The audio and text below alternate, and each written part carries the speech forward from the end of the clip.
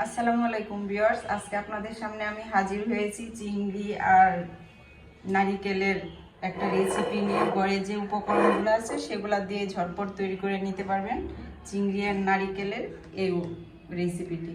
তাহলে চলেন শুরু করা যাক। এখানে হয়েছে আমি চিংড়ি মাছগুলোর খোসা ছাড়িয়ে এরকমভাবে নিয়ে নিয়েছি, পরিষ্কার করে সুন্দর করে ধুয়ে।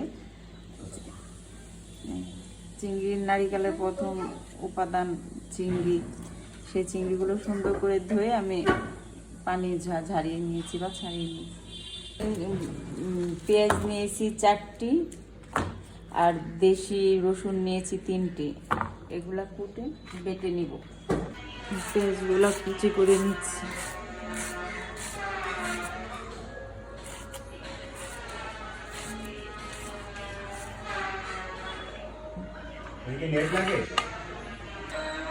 আমি এখন পেঁয়াজ আর রসুনটা পাটায় বেটে নিব। আপনারা ব্লেন্ডারও ব্লেন্ড করে নিতে পারেন, আমি অধিকাংশ ক্ষেত্রেই পাটায় বেটেই করি।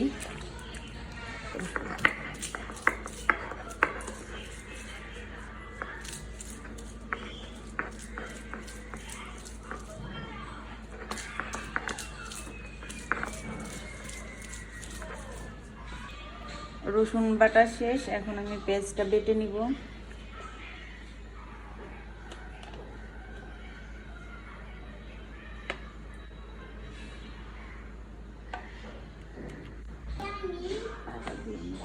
আমার পেঁয়াজ বাটা শেষ, পেঁয়াজটা এখন উঠিয়ে নিচ্ছি।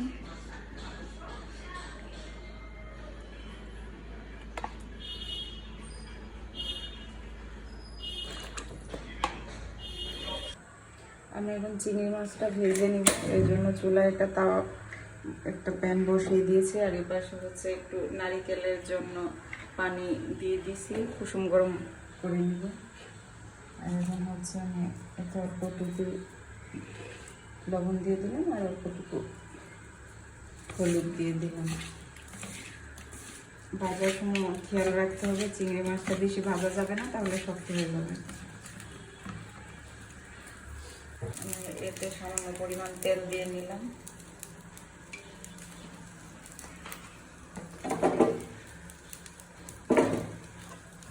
এবার চিংড়ি মাছগুলো দিয়ে দেব।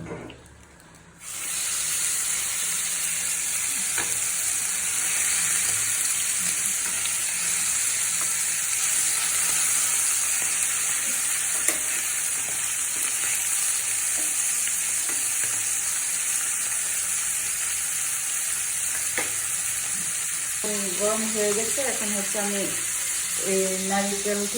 নারিকেলের পানির সাথে অ্যাড করে নারিকেলের দুধ করে নেব।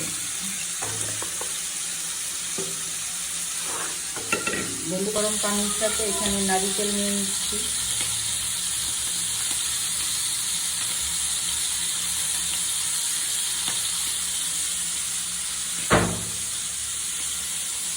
হাত দিয়ে ভালো করে চেপে চেপে পানির সাথে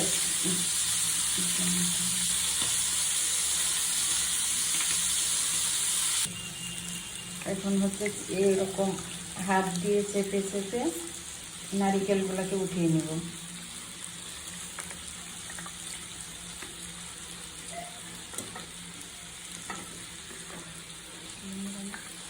আর আমার চিংড়িটা দেখো, চিংড়ি মাছ ভাজা করবো।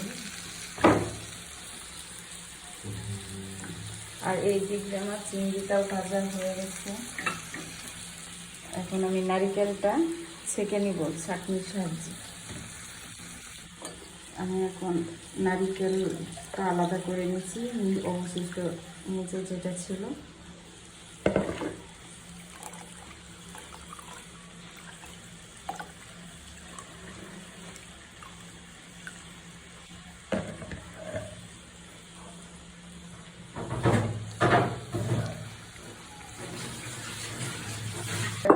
রান্নার জন্য সব কিছু রেডি, এখন রান্না শুরু।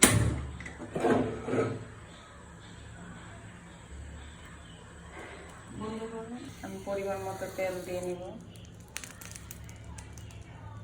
আমি সবসময় সরিষার তেল খাই, আপনারা রেগুলার তেল দিয়েও রান্নাটা করতে পারেন। সরিষার তেল স্বাস্থ্যের জন্য ভালো। পেঁয়াজ বাটাটা দিয়ে দিব।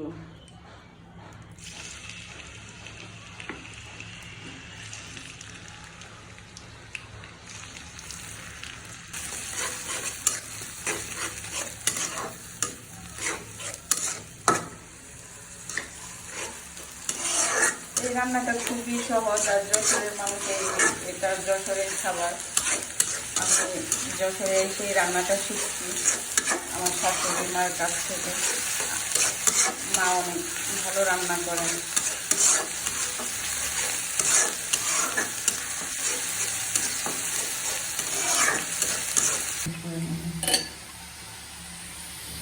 এর সাথে রসুন বাটাটা অ্যাড করে দিলাম।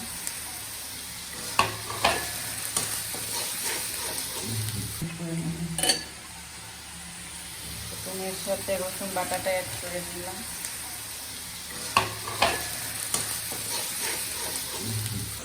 আমি সব কিছু পাটায় বেটেই করার চেষ্টা করি, কারণ এই রান্নাটা আমার শাশুড়ি মা পাটায় বেটেই করেন, ব্লেন্ডার ইউজ করেন না। ওনার কাছ থেকে শিখে আমি চেষ্টা করি পাটায় বেটেই করার জন্য মশলাগুলো। এই যে আমার কষানোটা দেখেন কত সুন্দর হচ্ছে। এখন আমি চিংড়ি মাছগুলো দিয়ে দিব। দেখুন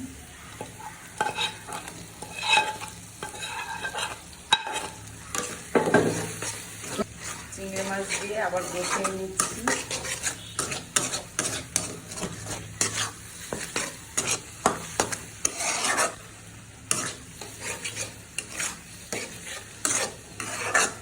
এখন আমি নারকেলের দুধটা অ্যাড করে দিব।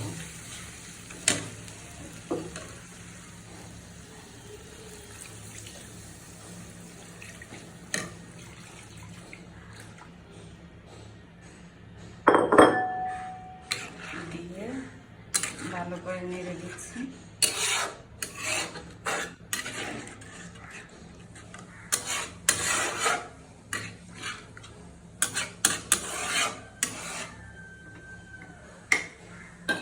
ঢাকনা দিয়ে দিব। এখন একটু নাড়িয়ে দিব। আমি এর ফাঁকে আরো 2 একবার নাড়িয়ে দিয়েছি। দেখেন কি সুন্দর হচ্ছে। আপনারা চাইলে এই অবস্থায় রাখতে পারেন। আমি আরেকটু জল কমিয়ে নিব। আপনারা আপনাদের সুবিধা অনুযায়ী বাড়ি কমিয়ে নেবেন। আমি আর 2 মিনিটের মতো রান্না করে নিব। রান্না শেষ। আমি এখন চুলাটা বন্ধ করে দিব, আর উপরে একটু ভাজা জিরার গুঁড়ো দিয়ে দিব। এই রান্নাটা খুবই সোজা। আপনারা আপনাদের ঘরের উপকরণ দিয়ে রান্নাটা করে নিতে পারেন। বেশি কিছু প্রয়োজন পড়ে না, শুধু নারকেল চিংড়ি থাকলে হচ্ছে। পেঁয়াজ আর রসুন তো আমাদের ঘরে থাকেই, ঝাল, লবণ। এখন সবাই বাসায় তৈরি করবেন, করে জানাবেন, লাইক শেয়ার কমেন্টস করবেন কীরকম হয়েছে।